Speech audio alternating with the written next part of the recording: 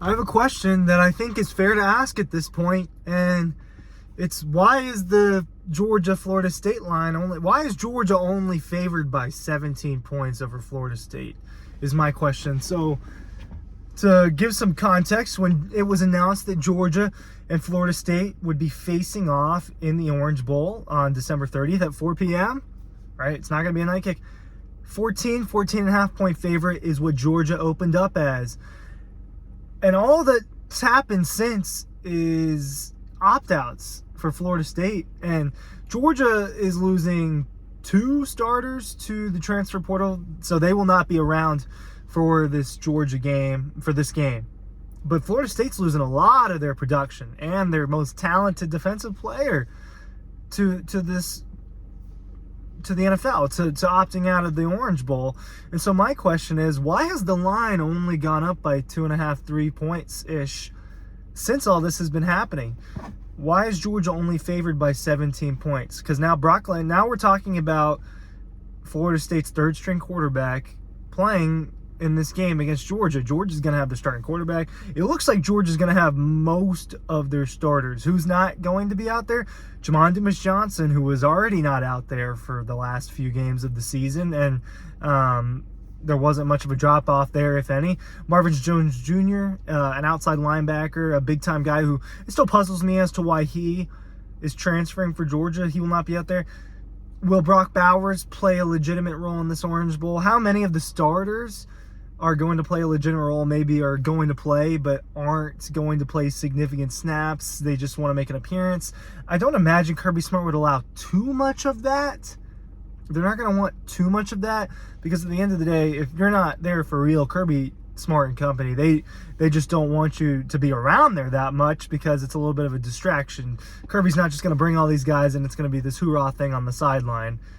He wants you to play. He wants you to be committed. And I think that you're seeing a lot more of that from the Georgia side of things than the Florida State side of things in terms of this. Real quick, hey, Ryan Curley from Dawg Post here, talking about the betting line for Georgia Florida State. Why is it only 17 points, right? After it opening up as 14, a lot of things shifting towards Georgia's way in terms of this, and it's only gone up 3 points.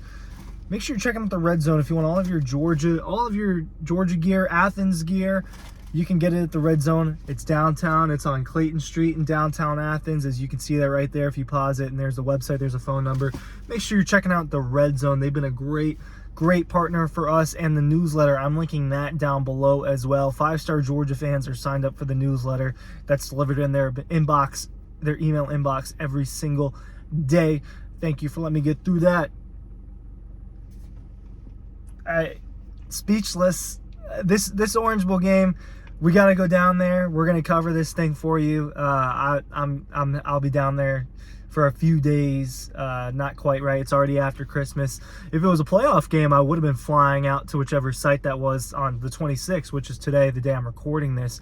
But we'll be going down there in a couple days, and it'll be easier for Dean, myself, and Matt. Dean and I will get down there before Matt. It'll be easier for us to give you kind of a vibe of what's going on, after we get a chance to maybe hear from the players and coaches for this thing. All I know is that it seems like Georgia has been treating this like it's a game that matters. And that's how they treat every single game, right? It would be completely, honestly, ridiculous and unfair for me to sit here and say that Florida State's not taking this seriously. This doesn't matter in any way to Florida State, because I don't know. I don't know. I do know that Georgia's taking it very seriously, and I do know what it seems like is that there's been a lot of just rah-rah about not making the playoff, and now all these opt-outs are happening, and it just seems really gloomy. It feels like all of it has just been not on the field related in terms of what's been going on with Florida State since. And now you've got them suing and trying to get out of the ACC. There have been so many not real football distractions for the Seminoles since the verdict has come down that they're ranked number 5 and the Georgia's ranked number 6, and that they're going to play in the Orange Bowl, and that Florida State will not have a chance to make the college football playoff. And look, I'm gonna be fair. There's been some of that on the Georgia side as well, especially when you get an actual a Georgia politician, a senator, writing what they wrote, making a statement, making demands. Yeah, I mean, it's on the Georgia side as well. There's been a whole lot of complaining and a whole lot of just stuff that's not football related because of the politics of the playoff. And here's what I got to say to Georgia and to Florida State. It's over, and what's happening is the Orange Bowl. And I don't blame all these players for opting out of the game. I understand. Like Keon Coleman. I get it, dude. You're being graded as a first-round wide receiver. You have a chance to go, like, some people legitimately feel that you're going to be one of the first 20 people off the board in April. This game doesn't mean that much. I get it. I get it for some of you guys. But now we're getting to the point where, oh, man, I mean, no Johnny Wilson, no Keon Coleman, no Trey Benson, no Jaheim Bell, no Jordan Travis, no Tate Rodemaker. We're talking about all of the talent and the production, and I'm including the backup quarterback in there just because he's got some legitimate game reps. This Brock Glenn guy just doesn't.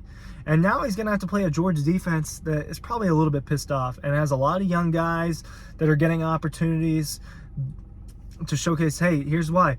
What happened with Jamon Dumas-Johnson? I'm not going to sit here and say he got pushed out, but there's a lot of people in this Georgia linebacker room, and C.J. Allen's a young buck that's hungry for it, and you've got Smile Mondon returning. So the opposite is kind of happening with Georgia and Florida State in this situation. You've got all these Georgia players that are not opting out.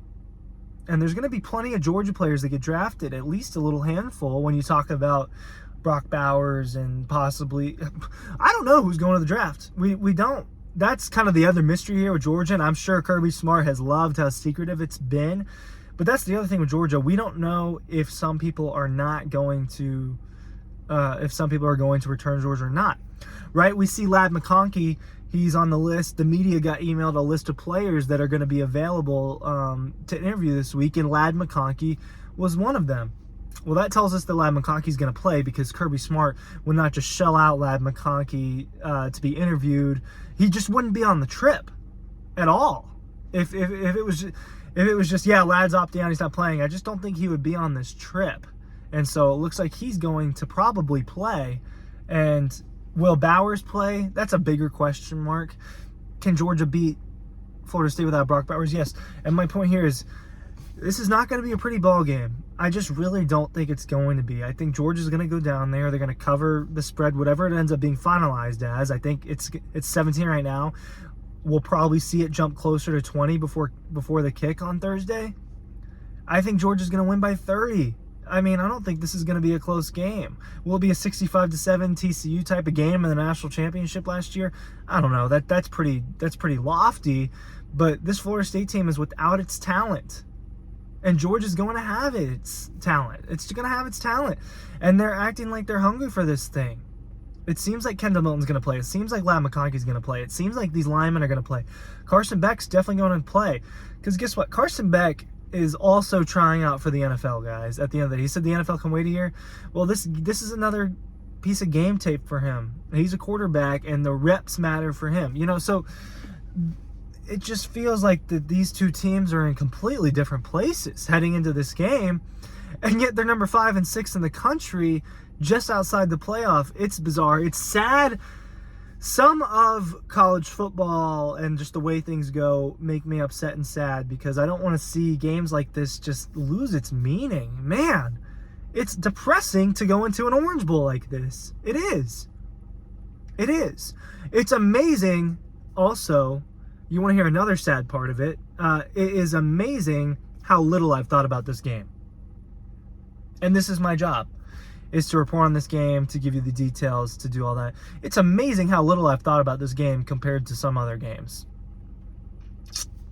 And that's where we're at right now with some of these postseason matchups and the way things are. It will be a little bit different. I'm excited to see the changes moving forward. It will be a little bit different. But right now, I'm a little confused as to why this line is not growing even bigger because it feels like the gap between Georgia and Florida State has only grown and grown. Yet 17, it's crazy to me that a 17-point betting line seems low to me. Thanks for watching. Links are down below.